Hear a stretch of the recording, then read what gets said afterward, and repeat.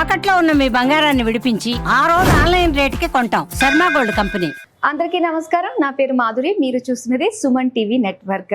మరి మే 1వ తారీఖు నుంచి 15 తారీఖు వరకు ద్వాదశ రాసుల వారికి ఎలా ఉండబోతుందో మనకు తెలియజేయడానికి మనతో పాటు ఉన్నారు ప్రముఖ జ్యోతిష్య పండితులు బ్రహ్మశ్రీ నందిబట్ల శ్రీహరి శర్మ గురువు గారు. నమస్కారం గురువు గారు. వాగర్థ వివ సంపృక్తౌ వాగర్థ ప్రతిపత్తయే జగతః పితరౌ వందే పార్వతీ పరమేశ్వరౌ. ఆదిత్యాయ చ సోమాయ మంగళాయ బుధాయ చ గురుశుక్రశనిభ్యశ్చ రాహవే కేతవే నమః.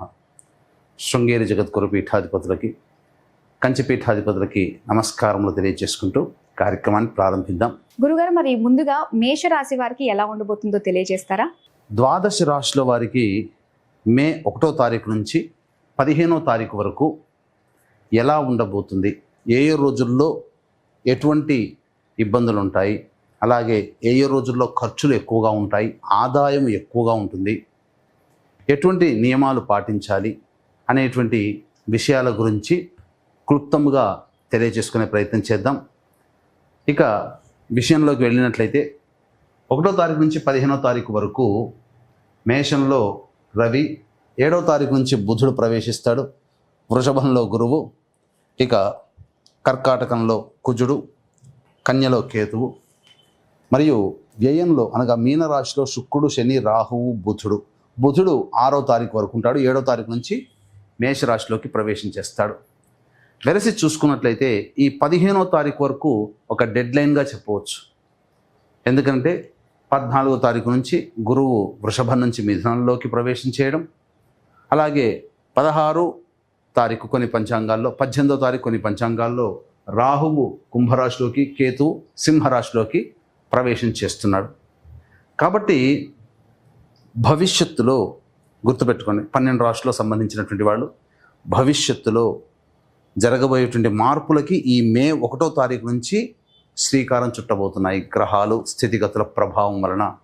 కాబట్టి ఈ మే సంవత్సరం అనగా ఈ సంవత్సరం 2025 సంవత్సరం మే నుంచి చాలా మటుకు అందరి జీవితాల్లో మార్పులు చేర్పులు చోటు చేసుకుంటాయి.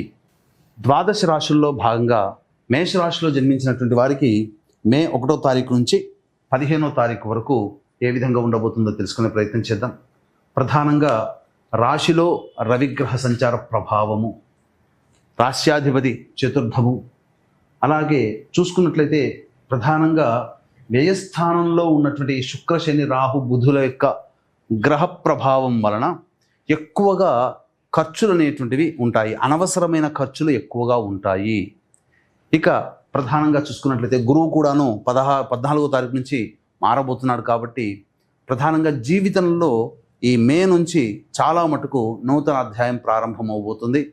ముఖ్యంగా కొత్త వ్యక్తుల పరిచయం అనేటువంటిది ఈ మే నెల నుంచే ప్రారంభమవుతారు. ఇక చూసుకున్నట్లయితే ఈ యొక్క రాశిలోని రవి మరియు 7వ తారీఖు నుంచి బుధగ్రహ సంచార ప్రభావము, సౌఖ్యం, జీవితంలో కంఫర్టబుల్ లైఫ్ని లీడ్ చేయడానికి అనుకూలమైనటువంటి పరిస్థితులు ఏర్పడతాయి. ప్రధానంగా ఈ మేషరాశి వారికి స్త్రీ సౌఖ్యము ఉండబోతుంది. అంటే ఎవరైనా కానీ స్త్రీల వల్ల సహాయ సహకారాలు ఎక్కువగా పొందుతారు, ఇది మనం చెప్పుకోవచ్చు. ఇక ప్రధానంగా చూసుకున్నట్లయితే వివాహం కావాల్సినటువంటి అబ్బాయిలకి అమ్మాయిలకి వివాహం నిశ్చయం అవడానికి ఆస్కారాలు ఎక్కువగా ఉన్నాయి, గ్రహాలన్నీ కూడాను అనుకూలంగా ఉన్నాయి. కాకపోతే ఈ మేషరాశిలో జన్మించినటువంటి వారు చతుర్థ స్థానంలో కుజగ్రహం స్తంభించి ఉన్నటువంటి కారణం చేత వాహనాన్ని నడిపేటప్పుడు జాగ్రత్తలు పాటించాలి. ఇక వ్యయంలో రాహువు, శని, బుధుల యొక్క సంచార ప్రభావం మొదటి వారం అనగా 1వ తారీఖు నుంచి 6వ తారీఖు వరకు కాస్త అనవసరమైనటువంటి ప్రయాణాలు చేసే అవకాశాలు ఎక్కువగా గోచరమవుతున్నాయి. కావున ప్రయాణాలు చేసేటప్పుడు జాగ్రత్తలు పాటించండి. ఇక ప్రధానంగా చూసుకున్నట్లయితే ధన నష్టం కూడా 1వ తారీఖు నుంచి 6వ తారీఖు వరకు ఎక్కువగా ఉండబోతుంది. కాబట్టి జాగ్రత్తలు పాటించండి. ఇక మనం ఈ యొక్క రాశిలో జన్మించినటువంటి వారికి సాధారణమైనటువంటి ఫలితాలు ఉంటాయి, అనగా మిశ్రమ ఫలితాలు ఉంటాయి. లాభము సామాన్యమే, నష్టము కూడా సామాన్యమే ఉంటుంది. అయితే గ్రహాలన్నీ కూడాను సంచార ప్రభావం అనుకూలంగా ఈ మేషరాశిలో జన్మించినటువంటి వారికి ఉన్నటువంటి కారణం చేత అనుకున్నటువంటి పనులు మీరు ప్లానింగ్ చేసుకొని ఇంప్లిమెంటేషన్ చేయగలిగితే విజయాన్ని పొందే అవకాశం ఉంటుంది. కాకపోతే ఆత్మస్థైర్యము, కుజగ్రహం రాష్ట్రాధిపతి కుజుడు బలహీనపడ్డాడు. ఈ కారణం చేత పైకి డాంబికంగా మనము ఈ మేషరాశిలో జన్మించినటువంటి వారు ఉత్సాహము, శౌర్యము, ప్రతాపము, పరాక్రమం ఉన్నట్టుగా కనిపిస్తారు.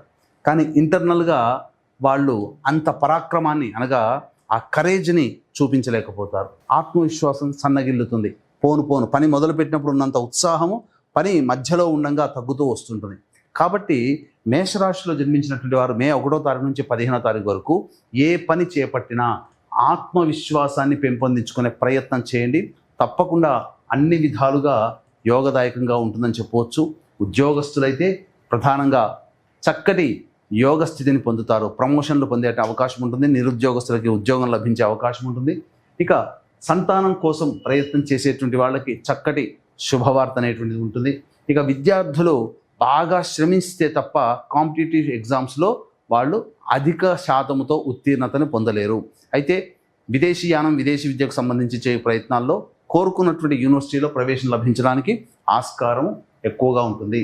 ఇక వ్యాపార రంగంలో ఉన్నటువంటి వాళ్ళు ప్రధానంగా గమనించాల్సినటువంటిది ఒక ఇనుము, స్టీలు, తోలు, అలాగే ఇటుక బట్టీలు మరియు ఎడిబుల్ ఆయిల్స్, ఆటోమోటివ్ రంగంలో ఉన్నటువంటి వాళ్ళకి తప్ప మిగతా అన్ని రంగంలో ఉన్నటువంటి వాళ్ళకి లాభదాయకంగా ఉంటుంది. న్యాయవాద వృత్తులు, అలాగే ఈ సంబంధించినటువంటి ఎలక్ట్రానిక్స్ అండ్ ఎలక్ట్రికల్ రంగంలో ఉన్నటువంటి వాళ్ళు, అలాగే రైతులు మరియు కౌలు రైతులు, రియల్ ఎస్టేట్ వ్యాపారస్తులు ఉన్నటువంటి ప్రాజెక్ట్స్ని, ఉన్న వ్యాపారాన్ని కొనసాగించే ప్రయత్నం చేయండి. కొత్త వాటి జోడికి వెళ్లకుండా ఉండడమే చాలా మేలు అనేటువంటి విషయాన్ని గమనించుకోవాలి. ఎందుకంటే రాబో కాలము అంత అనుకూలంగా లేదు. ఈ కారణం చేత జాగ్రత్తలు పాటించండి. గురుగారు, ఇక మేష రాశిలో జన్మించినటువంటి మహిళలకు ఎలా ఉండబోతుందో తెలియజేస్తారా? ఈ రాశిలో జన్మించినటువంటి మహిళలు ముఖ్యంగా ఎటువంటి జాగ్రత్తలు పాటించాలి? ముఖ్యంగా గమనించుకున్నట్లయితే మహిళలకి మీ యొక్క వాక్కు అధికంగా ఉండబోతుంది. అంటే ఏంటి? మీ యొక్క వాక్కుకి బలం పెరుగుతుంది. మీరు గీచిన గీచ అందరూ కూడా జవదాటరు. మీ మాటే వేదవాక్కుగా, శిరోధార్యముగా మీ కుటుంబంలో కానీ, చేస్తున్నటువంటి వృత్తి ఉద్యోగాల్లో కానీ ఉండబోతుంది. కాబట్టి ధైర్యంతో ముందడుగు వేసే ప్రయత్నం చేయండి. ఇక ముఖ్యంగా ప్రధానంగా చూసుకున్నట్లయితే కుటుంబంలో మీకు విలువ పెరగడం, తద్వారా ఇంతకుముందు మిమ్మల్ని అవమానించినటువంటి వాళ్ళే ఇప్పుడు మిమ్మల్ని గౌరవించేటువంటి స్థాయికి చేరుకునే విధంగా మీ ప్రవర్తన ఉండబోతుంది. మీకు అవకాశాలు కూడా ఆ విధంగా వస్తాయి. అయితే ఇక్కడ మీరు ఎదుటివారిని చులకనగా చూడడం అనేటువంటిది తగ్గించుకోండి. ఆత్మవిశ్వాసంతో ముందడుగు వేయండి. అంతేకాకుండా అతి ఆత్మవిశ్వాసం కానీ, ఎదుటివారిని చులకనగా చూడడం కానీ ఇలాంటివి కనుక చేసినట్లయితే భవిష్యత్ పరిణామాలు ఈ యొక్క రాశిలో జన్మించినటువంటి మహిళలకి ఎక్కువగా ఉండబోతున్నాయి. అయితే ఇక వీక్షించేటువంటి ప్రేక్షకులకి గమనిక, ఈ నెల 12వ తారీఖు వైశాఖ పౌర్ణమి సందర్భంగా అత్యంత మహిమాన్వితమైనటువంటి రోజు. ఈ రోజున జాతకరీత్యా కలుగు ఎన్నో రకాల సమస్యలు, విద్య, వివాహ, ఉద్యోగం, దాంపత్యం, అనారోగ్య సమస్యలు, ఎన్ని సమస్యలు ఉన్నప్పటికీ కూడా ఆ సమస్యలన్నీ మొదలు పెడతారు, మధ్యలోనే ఆగిపోతుంటాయి. ఏ పని పూర్తి కాదు. దీనికి గల కారణం ఎన్ని ప్రయత్నాలు చేసినా ఆ ప్రయత్నంలో మీరు విజయం పొందలేకపోతున్నారు, మీరు అనుకున్నది సాధించలేకపోతున్నారు అంటే జాతకరీత్యా 5 రకాల శాప ప్రభావం: స్త్రీ శాపము, సర్పశాపము, గురుశాపము, దైవశాపము, పితృశాపము. కాబట్టి ఈ యొక్క 5 రకాల శాప ప్రభావాల నివృత్తికి వైశాఖ పౌర్ణమి సందర్భంగా ఈ యొక్క పంచశాప నివృత్తి కార్యక్రమాలు అనేటువంటి చేయించడం జరుగుతుంది. వ్యక్తిగతంగా మీరు పాల్గొనాలి. ఈ సంబంధించినటువంటి కార్యక్రమంలో ఇప్పుడు ఏంటంటే చాలా మటుకు జనాల్లో ఒక అబద్ధపు ప్రచారము జరుగుతుంది. ఏంటి? పితృశాపం కానీ, స్త్రీ శాపం కానీ, దైవశాపం కానీ, సర్పశాపం కానీ, ఈ శాప నివృత్తి పూజల పేరిట నక్షత్ర జనన శాంతికి ఉండాల్సినటువంటి నక్షత్రాలని చాలా మటుకు ఈ ఉన్న 27 నక్షత్రాల్లోనే 19 నక్షత్రాల్లో పుడితే పితృశాపము, స్త్రీ శాపం అని చెప్పి అబద్ధ ప్రచారం చేసి నయవంచన చేస్తున్నారు. అటువంటి మోసపూరితమైనటువంటి మాటలకి మీరు వెళ్ళకండి. ఎందుకంటే అలా ప్రచారం చేసి జనాల్ని ఆకర్షించి పూజల పేరిట తీసుకుని వెళ్ళి దాదాపుగా 3 నుంచి 4 గంటలు జరగాల్సినటువంటి పూజా కార్యక్రమాన్ని గంటంబావులో తుడిచిపెట్టి పంపించేస్తున్నారు. తూతూ మంత్రంగా చేస్తున్నారు.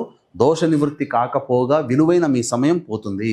కాబట్టి 2013 నుంచి సశాస్త్రీయంగా ఈ పితృశాపము, స్త్రీ శాపము, దైవశాపం వంటి వాటికి నిజాయితీగా మన పీఠం ఆధ్వర్యంలో జరుగుతున్నాయి. కాబట్టి అవకాశం ఉన్న వాళ్ళు ఈ యొక్క కార్యక్రమంలో 10వ తారీఖు లోపల నమోదు చేసుకునే ప్రయత్నం చేయండి. తప్పకుండా మీ జీవితంలో ఈ కార్యక్రమ తదనంతరం మీరు ఏదైతే ఎదుగుదల కావాలి, జీవితంలో అభివృద్ధి, సంతోషం కావాలని కోరుకుంటారో అవన్నీ మీకు జరిగి తీరుతాయి. ఇక గమనించుకున్నట్లయితే 1వ తారీఖు నుంచి 15వ తారీఖు వరకు ఏ విధంగా ఉండబోతుంది? 1, 2, 3 తారీఖుల్లో రాని బాకీలు వసూలవుతాయి. నూతన వ్యక్తుల పరిచయ ప్రభావం జరుగుతుంది. అన్ని విధాలుగా ఆనందదాయకంగా ఉంటుంది. మీ అవసరానికి, ఖర్చులకి మించినటువంటి ఆదాయం లభించడం, తద్వారా మంచి స్థితిలో ఉంటారు. సంతోషంగా 1, 2, 3 తారీఖుల్లో గడుపుతారని చెప్పవచ్చు. ముఖ్యంగా ఇక 4, 5, 6, 7 తారీఖుల్లో కనుక చూసుకున్నట్లయితే ఈ సంబంధించినటువంటి రోజుల్లో ఖర్చులు అధికంగా ఉంటాయి. ఆత్మవిశ్వాసం సన్నగిల్లుతుంది. వాహనాన్ని నడిపేటప్పుడు జాగ్రత్తలు పాటించాలి. మీ ఆరోగ్యం పట్ల కూడాను శ్రద్ధ వహించాలి. ఖర్చులు అధికంగా ఉండబోతున్నాయి. వాహన మరమ్మతులు, గృహ మరమ్మతులకి, గృహోపకరణాలకి ఖర్చులు అధికంగా అవుతాయి అని గమనించుకోండి. కాబట్టి ఖర్చుల శాతాన్ని తగ్గించుకోండి. ఇక 8, 9, 10, 11, 12 తేదీలలో చక్కగా ధనాదాయం చాలా చక్కగా ఉంటుంది. ఇతరుల సహాయ సహకారాలు మీకు మెండుగా ఉంటాయి. శత్రువులపై మీదే విజయం సాధిస్తారు. పోటీ పరీక్షల్లో ఉన్నటువంటి వాడికి అత్యున్నతమైనటువంటి ప్రతిభ కనబరిస్తారు.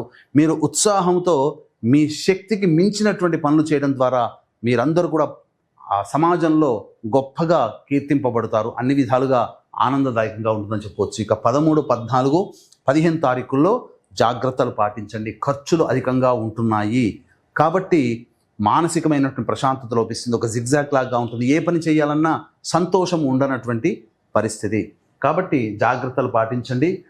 ముఖ్యంగా 4, 5, 6, 7, 13, 14, 15 తేదీల్లో ఖర్చులు అధికంగా ఉంటాయి. సమస్యలు కూడా ఉంటాయి. 1, 2, 3, 8, 9, 10, 11, 12 తేదీల్లో మీకు ఆనందదాయకమైనటువంటి పరిస్థితి ఉండబోతుంది. అలాగే వీరు ఎలాంటి పరిహార మార్గాలు పాటించాలంటారు?